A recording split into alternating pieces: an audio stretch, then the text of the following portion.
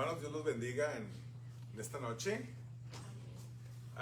Qué bueno, ¿verdad? Qué bueno que están aquí. Le damos gracias a Dios por cada una de sus vidas. Le agradecemos al Señor, ¿verdad? Gracias a Dios le damos por el pastor Armando, que ahorita pues él se encuentra instruyendo, ¿verdad? Parte de lo que es la iglesia regional, ¿verdad? Sabemos que él es el que está a cargo de esto, ¿verdad?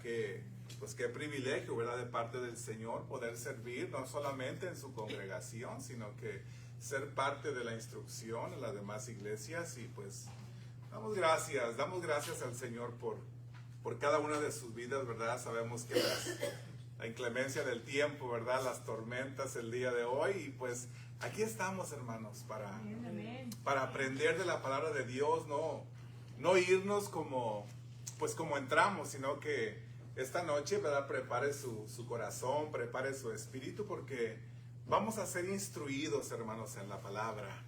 Y yo quiero que para esto abramos nuestra Biblia. Vamos a la primera carta de Juan, por favor.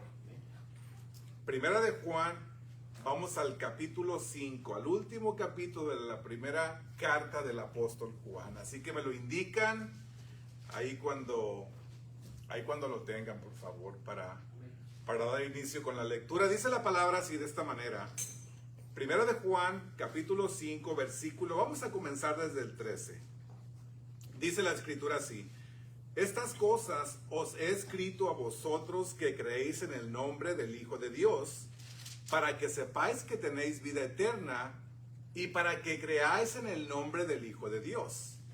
Y esta es la confianza que tenemos en Él, que si pedimos alguna cosa conforme a su voluntad, Él nos oye.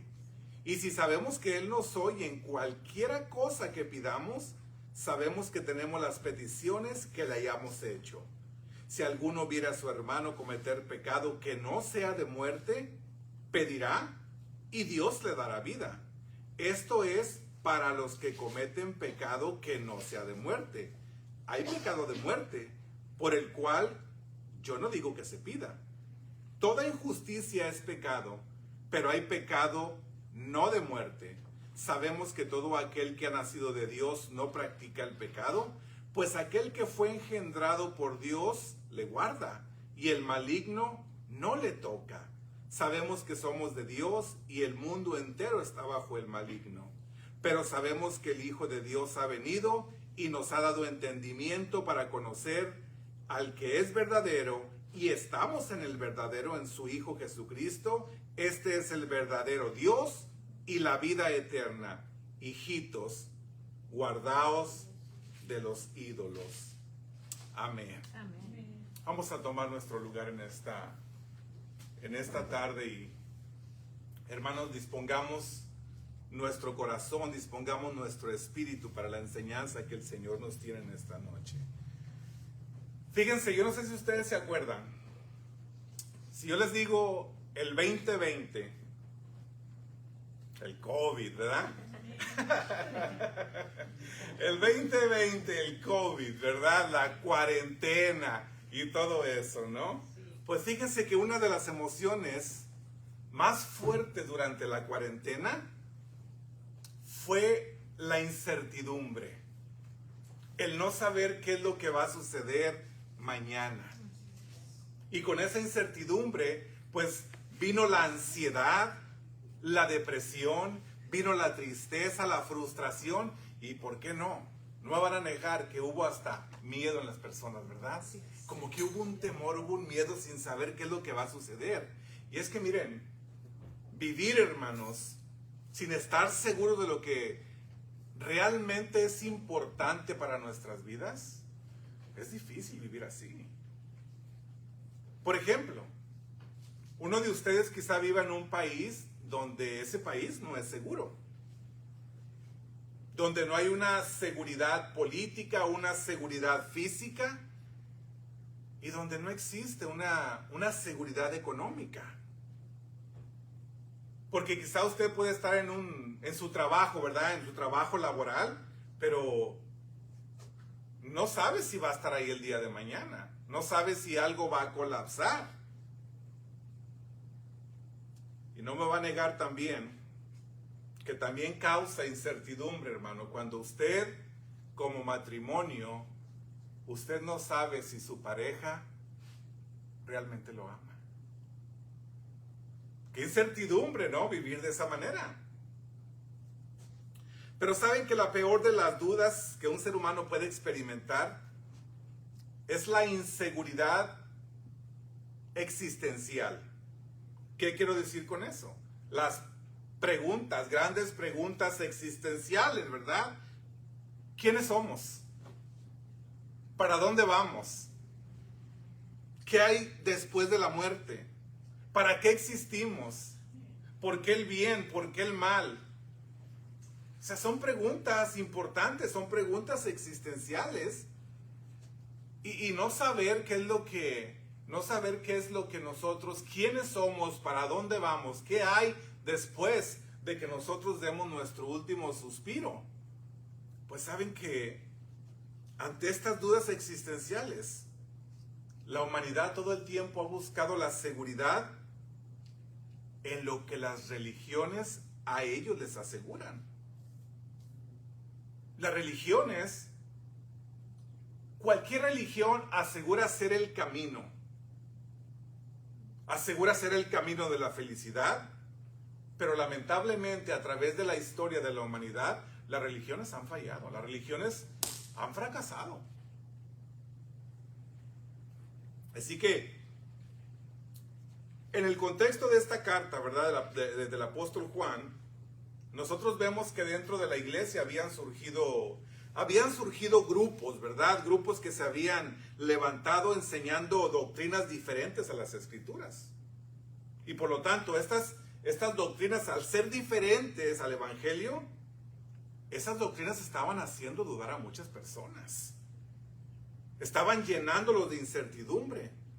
Tanto que ellos comenzaron a cuestionar las enseñanzas apostólicas, si realmente esas enseñanzas eran verdad, o eran mentiras, o se las habían inventado, al igual que estos otros falsos maestros.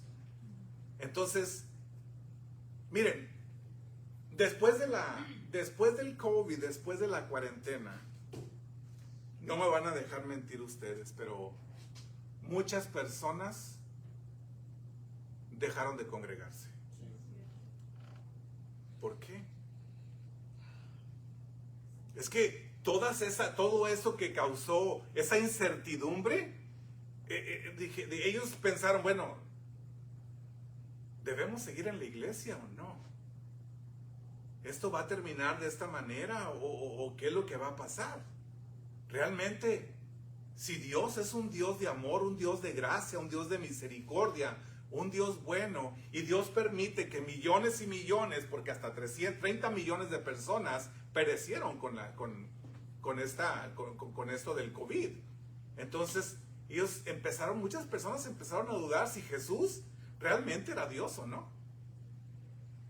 ¿De qué sirve volver a la iglesia? ¿De qué sirve congregarnos? Pues, en ese contexto de incertidumbre, es que Juan escribe la primera carta. ¿Para qué? Para fortalecer la fe de los creyentes. Para que ellos, aprendiendo a diferenciar entre un verdadero cristiano y un falso cristiano, ellos fueran fieles a Jesucristo. Fieles sosteniéndose en la fe. Por eso que el apóstol Juan, ya al final, estamos viendo el final de la carta, de la primera carta, lo que hace él es asegurar la fe de los creyentes, afirmándolos a ellos de que ellos tienen una vida eterna. Porque ya la tienen, no tienen que luchar para estar ganando esa vida eterna, como lo que ellos estaban escuchando, porque los falsos maestros decían, tienes que hacer estos ritos, tienes que hacer esto y esto otro, para tú poder obtener esa vida eterna. Entonces el apóstol Juan viene y les asegura, dice, no, ustedes no tienen que hacer absolutamente nada. Dios, Jesús les ha otorgado a ustedes esa vida eterna.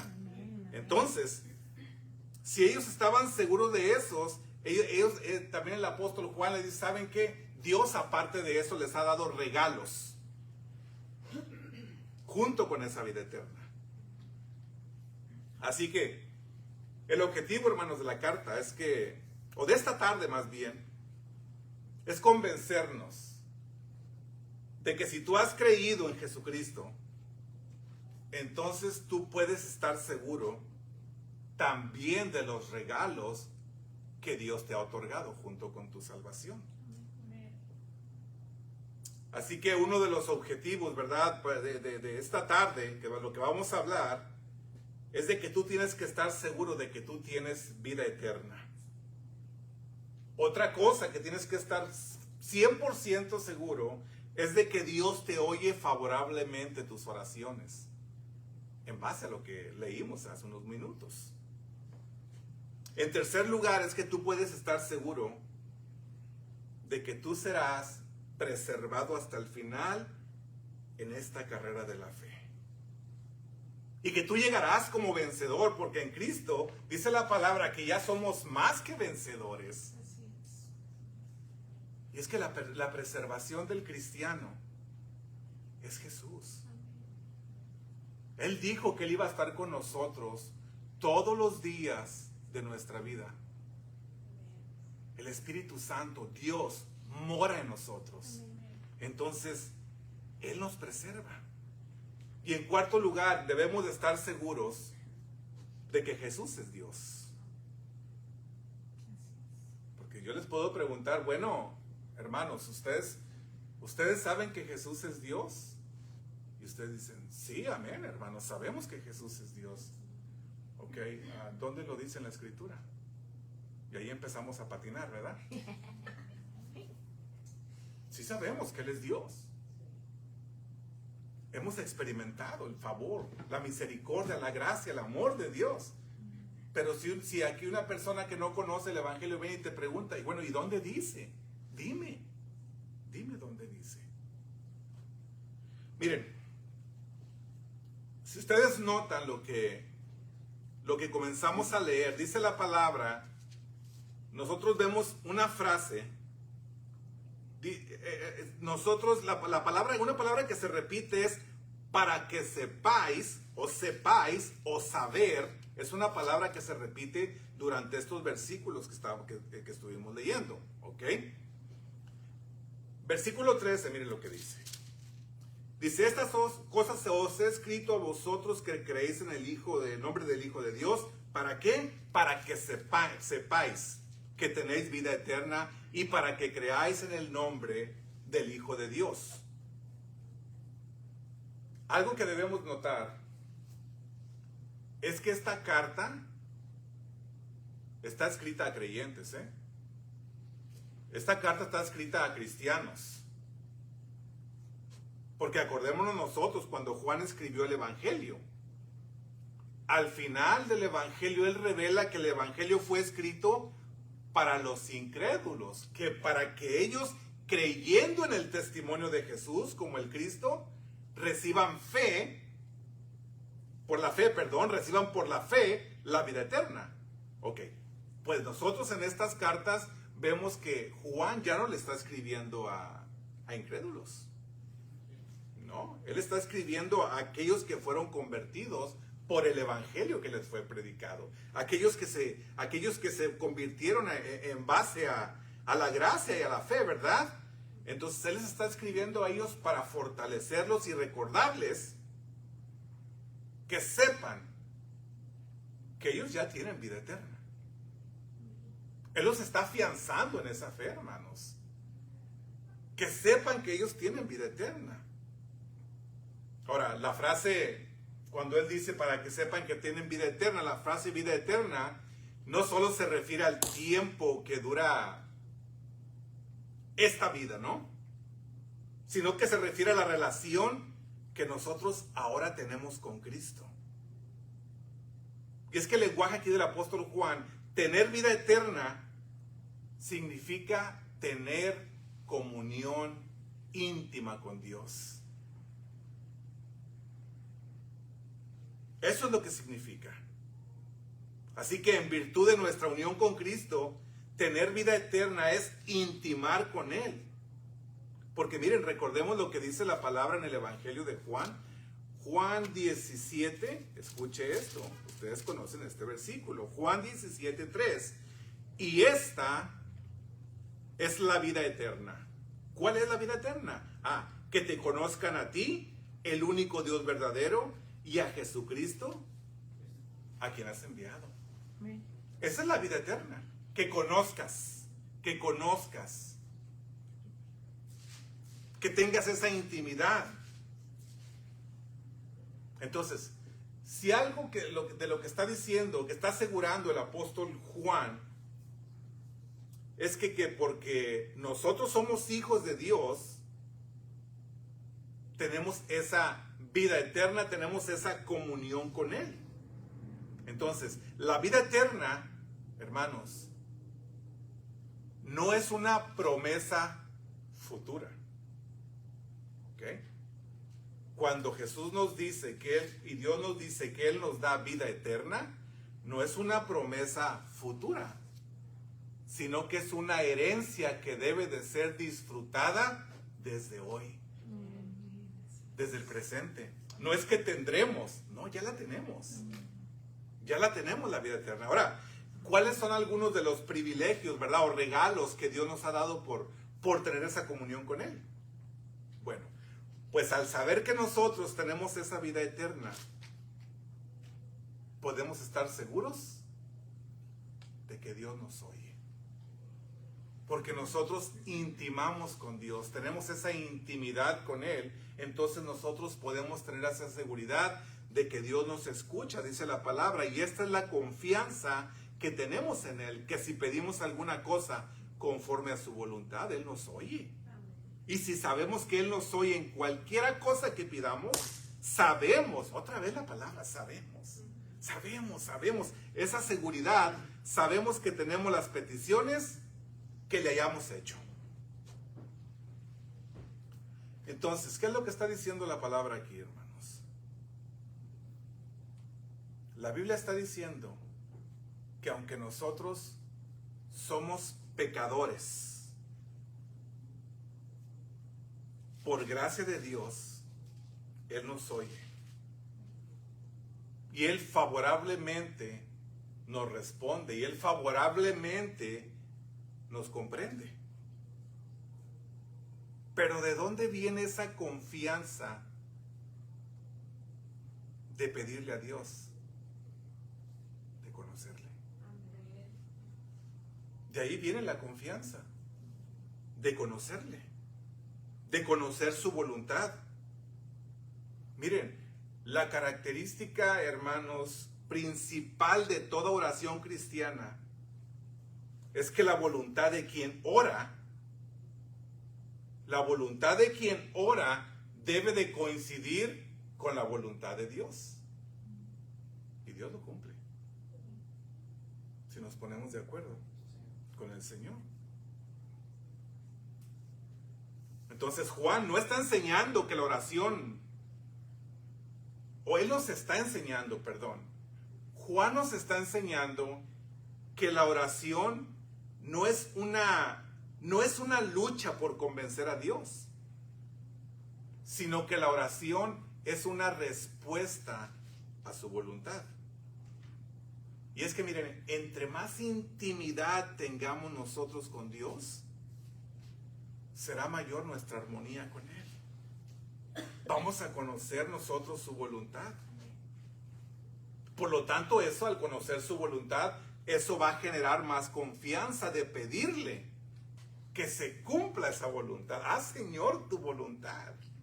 Que tu voluntad se cumpla.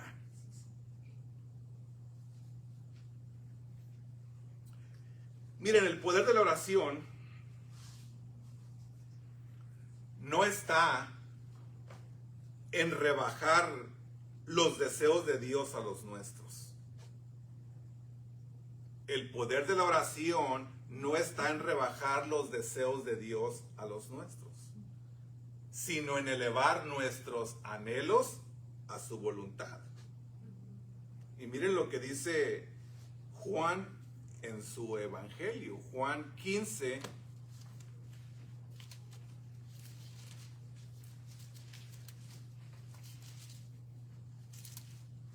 Juan 15, en el versículo 7, dice la palabra: si permanecéis en mí y mis palabras permanecen en vosotros, pedid lo que queráis y os será hecho.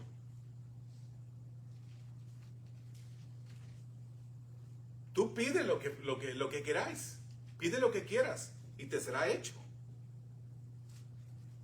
Ahora, el versículo, hermano, no está diciendo de que nosotros nos vamos a agarrar pidiendo a diestra y siniestra, ¿verdad? No, y que nos va a ser hecho. No, es que yo deseo esto. Ah, sí, tú, no, mira, pues yo quiero una troca grande con llanta malona. Y pues a la vez esa es la voluntad de Dios, no, Señor. Entre más tú conoces a Dios, entre más tú intimas con Él, tú vas conociendo la voluntad de Dios a través de las Escrituras. Y eso es algo de los privilegios que Dios nos regala. Y otro privilegio de lo que Dios nos regala es que nosotros podemos estar seguros de que Dios nos va a preservar, hermanos, hasta el final de esta carrera. Él nos va a preservar. Dice la palabra en el versículo 16. Dice: si alguno viera a su hermano cometer pecado que no sea de muerte, pedirá y Dios le dará vida. Esto es para los que cometen pecado que no sea de muerte. Hay pecado de muerte por el cual yo no digo que se pida. Toda injusticia es pecado, pero hay pecado no de muerte. Y sabemos que todo aquel que ha nacido de Dios no practica el pecado, pues aquel que fue engendrado por Dios le guarda, y el maligno no le toca. Y sabemos que somos hijos de Dios, y el mundo entero está bajo el maligno. ¿Qué dice la palabra en el versículo 19? Que tú puedes estar seguro de que aunque todo el mundo, todo el sistema de este mundo, llámese sistema del que usted quiera, sistema económico, sistema educativo, cualquier sistema político, todo eso, hermano, descansa en los brazos de Satanás. Pero tú y yo descansamos en los brazos de Dios. ¿Por qué? Porque eres de Dios. Y dice la palabra que el maligno no nos puede tocar. ¿Por qué? Porque esto es una cuestión de propiedad. Nosotros le pertenecemos a Dios. Y el maligno no nos toca. Ahí está una de las promesas grandes que el Señor nos da a nosotros. ¿Por qué? Porque somos hijos de Dios. Entonces, Juan está enseñando que por cuanto este mundo está bajo la influencia del maligno, nosotros vamos a ser asediados por las mentiras del mundo acerca de Cristo y acerca de tu fe. Es más, muchas veces el mundo nos va a hacer o nos va a tentar para que nosotros dudemos de Dios. Pero por cuanto nosotros somos hijos de Dios, nosotros debemos de estar seguros que en ese momento de cuando venga la tentación, nuestra esperanza será Jesucristo. ¿Por qué? Porque la preservación de tu vida y de tu fe no depende de nuestras fuerzas, depende de Dios. ¿Por qué? Porque tú eres de Dios, entonces depende de Dios. ¿Qué es lo que está diciendo la palabra? Que Dios no te va a soltar. Miren, si nosotros no hemos apostatado de la fe, hermanos, no es porque nosotros estemos aferrados, es porque Dios no nos suelta. Es porque estamos seguros, como dice la palabra, en el hueco de su mano. Por eso, porque el Señor no nos dejará perder. Entonces, lo que Juan está diciendo es que en virtud de tu unión con Cristo, cada vez que tú te veas tentado en abandonar tu fe por mentiras que estés escuchando, por nuevas ideas, nuevas filosofías, nuevos pensamientos, dos cosas Dios va a hacer.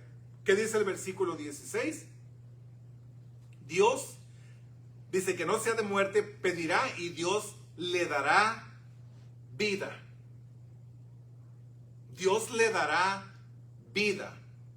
Esto es para los que cometen pecado que no sea de muerte. Ahorita lo explicamos esto. Porque hay pecado de muerte por el cual yo no digo que se pida, dice el apóstol. ¿Qué es lo que está diciendo el Señor? Dios te promete que Él te va a levantar y Dios te va a traer el arrepentimiento. Y que cuando seas tú tentado a practicar el pecado, Él te guardará de no caer. Porque dice la palabra en el 18, sabemos que todo aquel que ha nacido de Dios no practica el pecado. No practica el pecado. Porque aquel que fue engendrado por Dios, le guarda. Y el maligno no le toca. Miren, aunque estas dos frases se oyen como distintas, ¿verdad? La idea es la misma. Que por tú ser hijo de Dios, tú puedes estar seguro que aunque estés en un mundo que yace bajo el maligno, tú vas a ser preservado por Dios, vas a ser cuidado, vas a ser protegido por Dios hasta el final. Así que ese proteger, ese preservar de Dios, ese preservar del cristiano, no es gloria nuestra, es gloria de Dios. ¿Por qué? Porque nosotros somos de Él. Yo no me llevo la gloria. ¿O es que yo perseveré hasta el final? ¿Yo? El Señor en mí. El Señor, yo no me llevo ni una pizca de la gloria de Dios. Si nosotros estamos en aquel día con Él, es porque Él. No es porque yo. Es porque Él. El sacrificio fue perfecto de Él. Él dijo, consumado es. Ya se hizo todo. Entonces la gloria Él se la lleva. Ahora dice la palabra, dice que si tu hermano cae en pecado, y es un pecado que no es de muerte, dice que ores para que Dios le dé vida. Y saben, esa oración es una de las oraciones que Dios todo el tiempo va a contestar.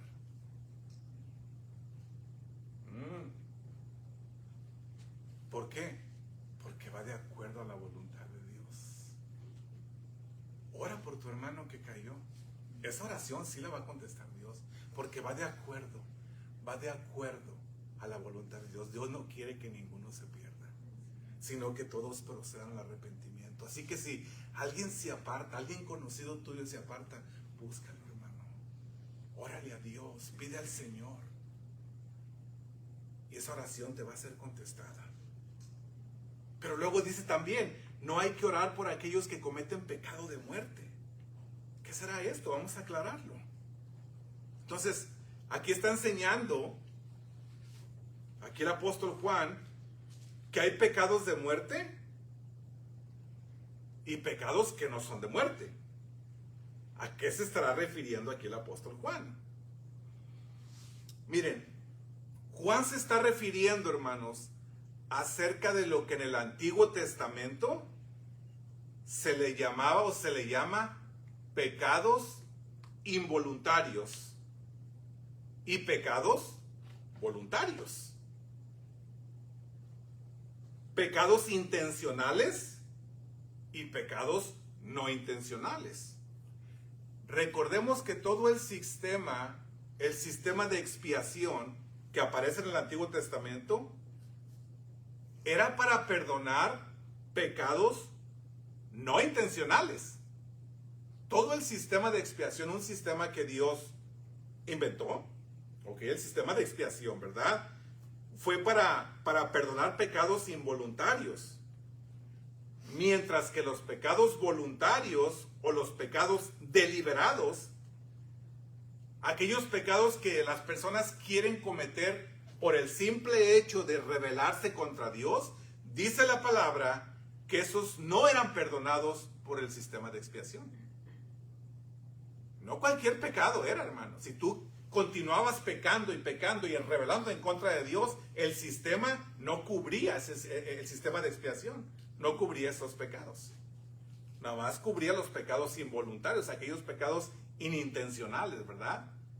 Entonces, con aquellos que cometían esos pecados intencionales, deliberados, solo dos cosas podían suceder con ellos. O esas personas eran exiliadas del pueblo por tener una vida que no iba, hermano, que no era de un hijo de Dios. Recordemos, el pueblo de Dios. ¿Tú querías vivir como un pagano? Tú no estabas viviendo de acuerdo a ser hijo de Dios. O tu vida no era coherente con una vida de Dios. Entonces, tú eras exiliado del pueblo o morías apedreado o de diferentes maneras. Que fue el caso de Acán. Hay muchos más, ¿verdad?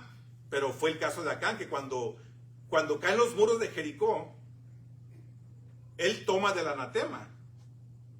Y dice la Biblia, con estas palabras, dice que él quiso, cuando Dios les había ordenado que no. Pero la palabra dice que él quiso tomarlo. Pues a pesar de que existía la ley de Moisés y el sistema de expiación, su pecado no podía ser expiado por el sistema, sino que él tuvo que pagarlo con la muerte de sus hijos, de su esposa, de su ganado y su propia vida. Entonces, ¿cuál es la diferencia? El pecado de muerte es aquel pecado en donde la persona deliberadamente escoge el camino de muerte. Se rebela deliberadamente contra Dios. Es el pecado que se sigue practicando a diario intencionalmente sin temor a Dios, sin contar con Dios para nada.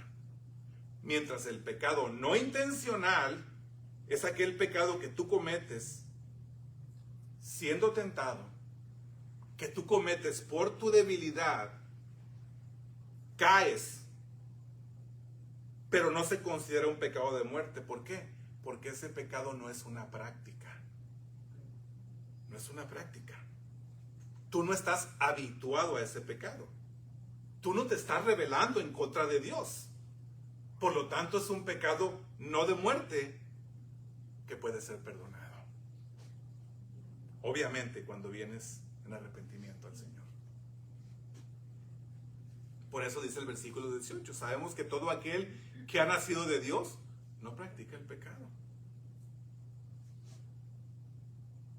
El versículo no está afirmando, hermanos, que el cristiano no peca, No, el versículo no afirma que el cristiano no peca. Porque hay personas que dicen, no, es que pues mira, ahí dice la palabra que... No, está hablando de una práctica. De una práctica. Entonces lo que está diciendo es que el cristiano no está habituado al pecado porque no lo practica.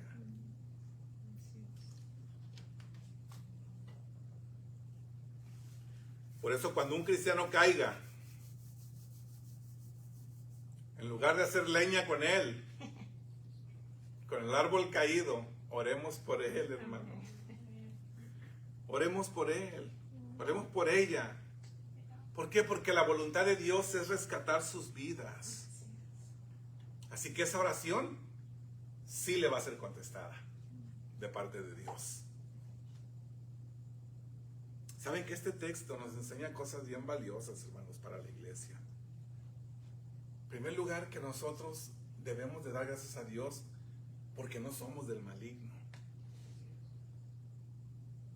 No somos del maligno, somos de Dios, dice la palabra.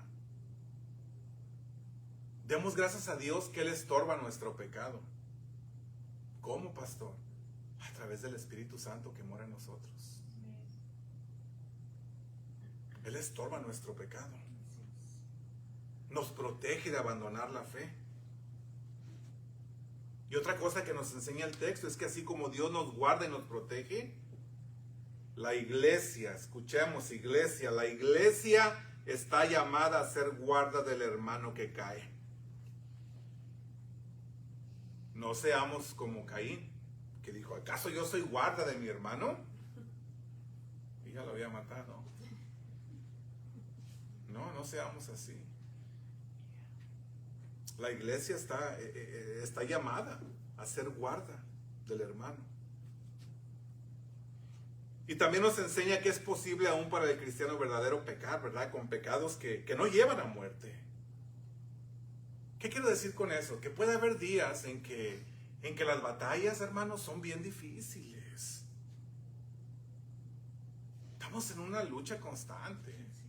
La batalla va a ser bien difícil, que vamos a ser tentados y vamos a caer. Vamos a caer en la tentación. Bueno, pues eso no se considera un apartarse deliberado, sino una maldad, ¿verdad? Para lo cual Dios ha provisto de su gracia.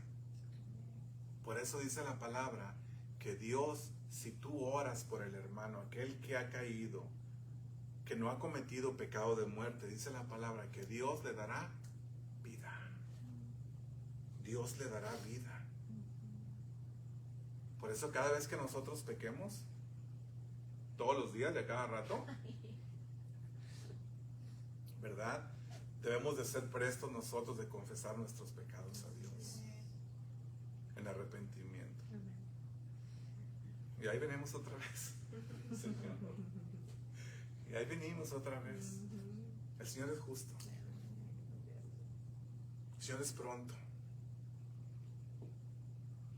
También el texto nos enseña que habrá hermanos que caerán en pecado, ¿verdad? Y se alejarán, pero debemos orar, hermanos, porque a su tiempo Dios de su gracia les da el arrepentimiento, y entonces estas personas vienen y regresan a Dios, ¿verdad? También nosotros aprendemos que los que cometen pecado de muerte deliberado contra Dios, quiero repetirlo esto, que aquellas personas que cometen pecados deliberados contra Dios no son los cristianos, son los incrédulos. Pecados deliberados contra Dios son solamente los incrédulos. Cuando nosotros pecamos en contra de Dios, no son pecados deliberados o intencionales. Caímos en una tentación, pero venimos rápido y nos arrepentimos delante de Dios. Pero el impío, ese deliberadamente peca contra Dios, no tiene temor de Dios. Por lo tanto, nosotros no debemos de hacerlos, de empatizar con ellos, de hacerlos nuestros mejores amigos, nuestros cheros, ¿no? No, y con eso no estoy diciendo que nosotros no vamos a evangelizarlos. Claro que no, claro que vamos a evangelizarlos. Vamos a orar por ellos, vamos a presentarles el plan, ¿verdad?, de salvación. Claro que sí, pero nosotros estar en ese grupo todo el tiempo, hermano, nos vamos a quemar. Tarde que temprano. Tarde que temprano. Ahora la gran pregunta es, ¿cómo vivir sin dudar en un mundo lleno de mentiras? Entonces, ¿qué es lo que él responde? Él responde que como nosotros, que podemos estar seguros de que como nosotros somos hijos de Dios, Él nos va a preservar hasta el final. Por eso dice el versículo 20. Pero sabemos, otra vez, esa confianza, que el Hijo de Dios ha venido y nos ha dado entendimiento para conocer al que es verdadero. Y estamos en el verdadero, en su Hijo Jesucristo. Este es el verdadero Dios y la vida eterna. Nos ha dado entendimiento. ¿Quería usted un versículo? Para cuando le digan, ¿dónde dice que Jesucristo es Dios? Versículo 20. Ahí está. Es uno de los tantos en la Biblia, ¿verdad? Y estamos en el verdadero, en su Hijo Jesucristo. Jesucristo, es el verdadero Dios y la vida eterna. Expresamente, hermanos, habla de que Él es Dios. ¿Ok? ¿Qué es lo que está diciendo el apóstol Juan? Juan está diciendo que ya se dejen de cosas la iglesia. Que no crean en pensamientos, que no crean en filosofías de lo que el mundo, ¿verdad? Lo que el mundo enseña. Juan les dice que entiendan que ellos ya están en Cristo y que por cuanto están en Cristo, Dios les ha dado el entendimiento de la verdad. ¿Por qué? Porque Él es la verdad. Miren, si algo nos va a guardar, hermanos, contra la mentira, es la verdad que habita en nosotros. Si algo nos va a guardar, ¿quieres una armadura contra la mentira? ¿Contra las falsas filosofías? La verdad de Cristo es la que te va a guardar de esa mentira. ¿Qué dice la Biblia acerca de Satanás? Que la mentira, que no había verdad en él, ¿verdad? No había verdad en él. Pero en nosotros está la verdad. Amén. Está el Señor. Entonces, eso es lo que nos va a guardar. Así que cualquier cosa que usted lea contraria a lo que la Biblia enseña acerca de su fe y de Cristo, hágalo a un lado. Porque usted ya está en el verdadero. Y si usted tiene duda de algo, dice la palabra, la ley y el testimonio. No vaya a Google, vaya a la Biblia. De verdad, vaya a la palabra. Si tenemos dudas acerca de nuestra fe. Sí. Y es que en todos lados, ¿verdad? Nos van a tratar de tontos, ¿no? Se van a burlar de nosotros. La escuela, en el trabajo, aquellos a los que tú les hablas, es más, tus hijos. Usted no sabe nada de lo nuevo y que la ciencia y que todo eso. Y no, pues no sabemos, ¿no? Nosotros todavía estamos en el teléfono con el alambre así de largo. Nos manganeamos, nos enredamos y todavía, bueno, ahí estamos, ¿verdad? Pero estas personas se van a burlar, ¿verdad? De nosotros, pero de algo tenemos que estar seguros. Que ellos no son de Dios. Por eso se burlan. Porque no son de Dios. Pero tú eres de Dios y dice la palabra que Dios nos ha dado el entendimiento. Ellos están bajo la influencia del maligno y tú estás bajo Dios. Tú estás bajo el Dios verdadero, que es Jesús. Amén. Así que sigamos, ¿verdad? Con gozo y con fortaleza en el Señor. Y en todo esto, el contexto, Juan termina con una advertencia. Él termina diciendo, si tú crees que Jesús es Dios, una advertencia te voy a hacer. ¿Qué dice el versículo 21? Hijitos, guardaos de los ídolos.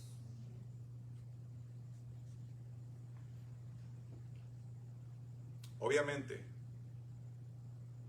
el apóstol Juan no está hablando, cuando dice de los ídolos, no está hablando de los monitos de yeso, No está hablando de esos ídolos. No está hablando de ese escapulario, ¿verdad? No está hablando del ojo de venado que te pones aquí para que no te hagan ojo.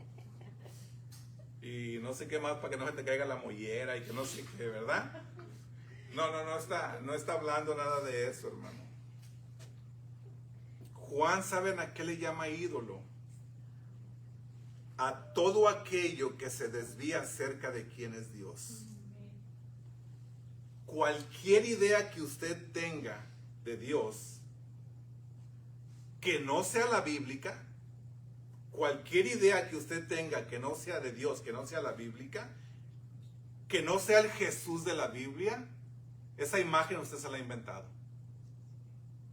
Si no va correspondiente a la Biblia, si no va coherente a la par con la palabra.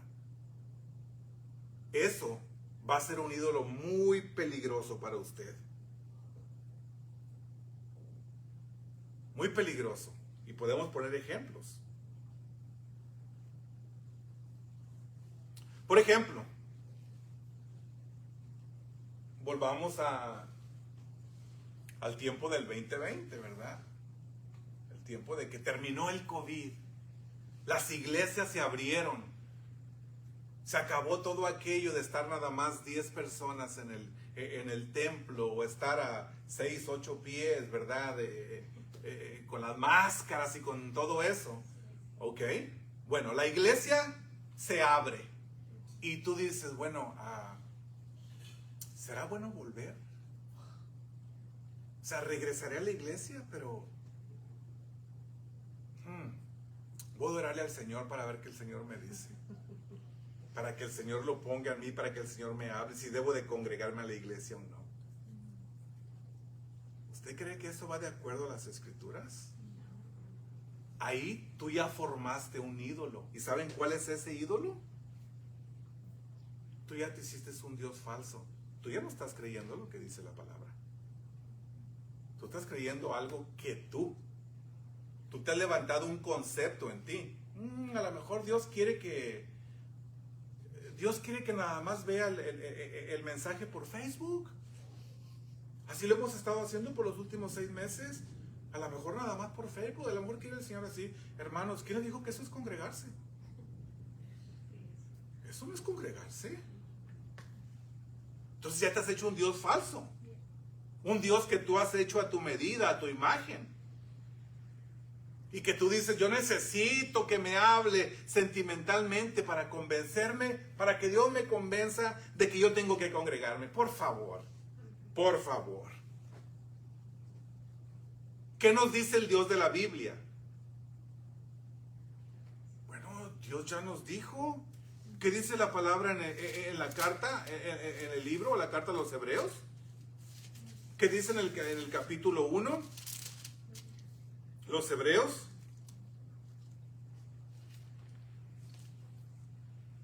Dice,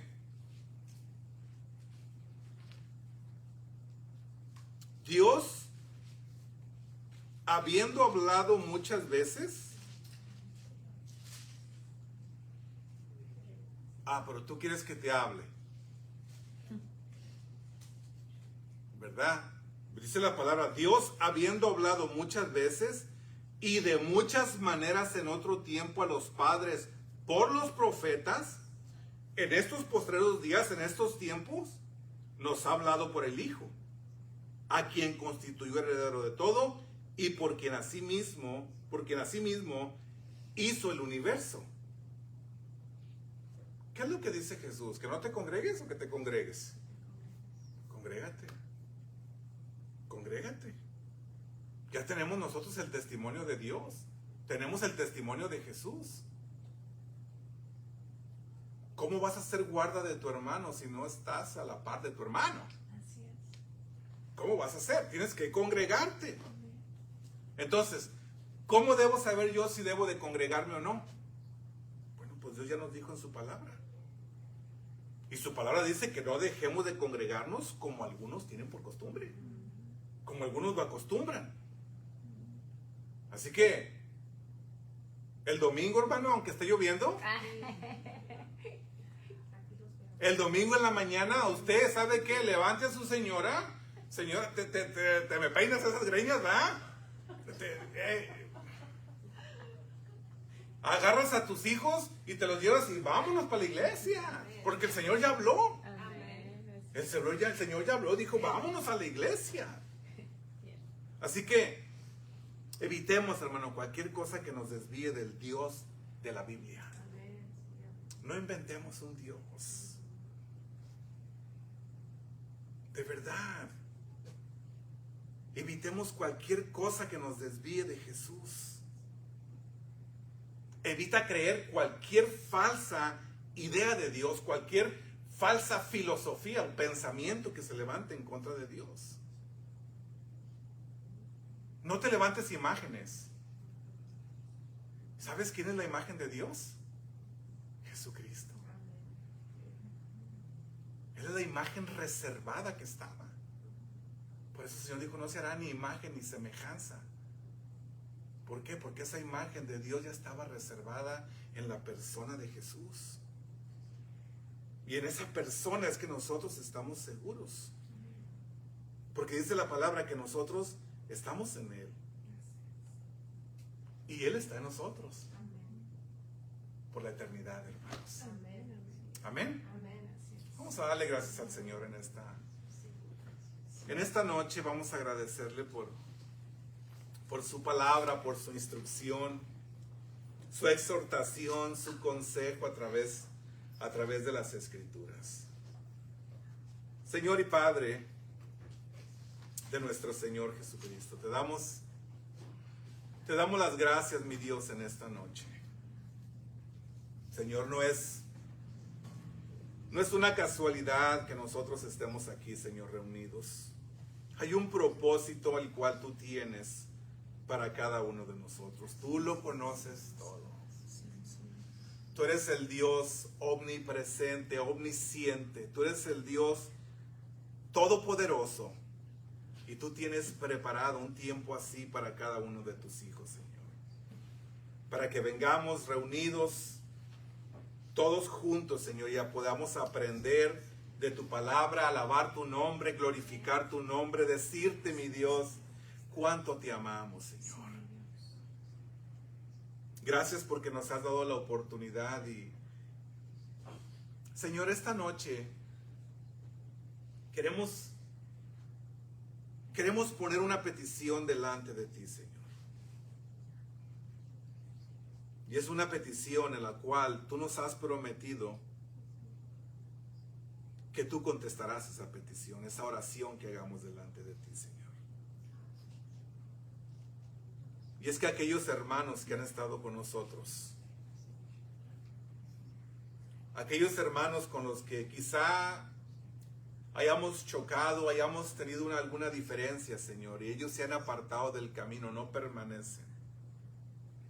Te pedimos que tu misericordia, Señor, y tu gracia los alcancen, para que ellos puedan venir al verdadero conocimiento tuyo, que puedan experimentar tu amor, que puedan experimentar la paz, que puedan experimentar esa plenitud, esa llenura que quizá ellos andan buscando y que en el mundo jamás la van a encontrar.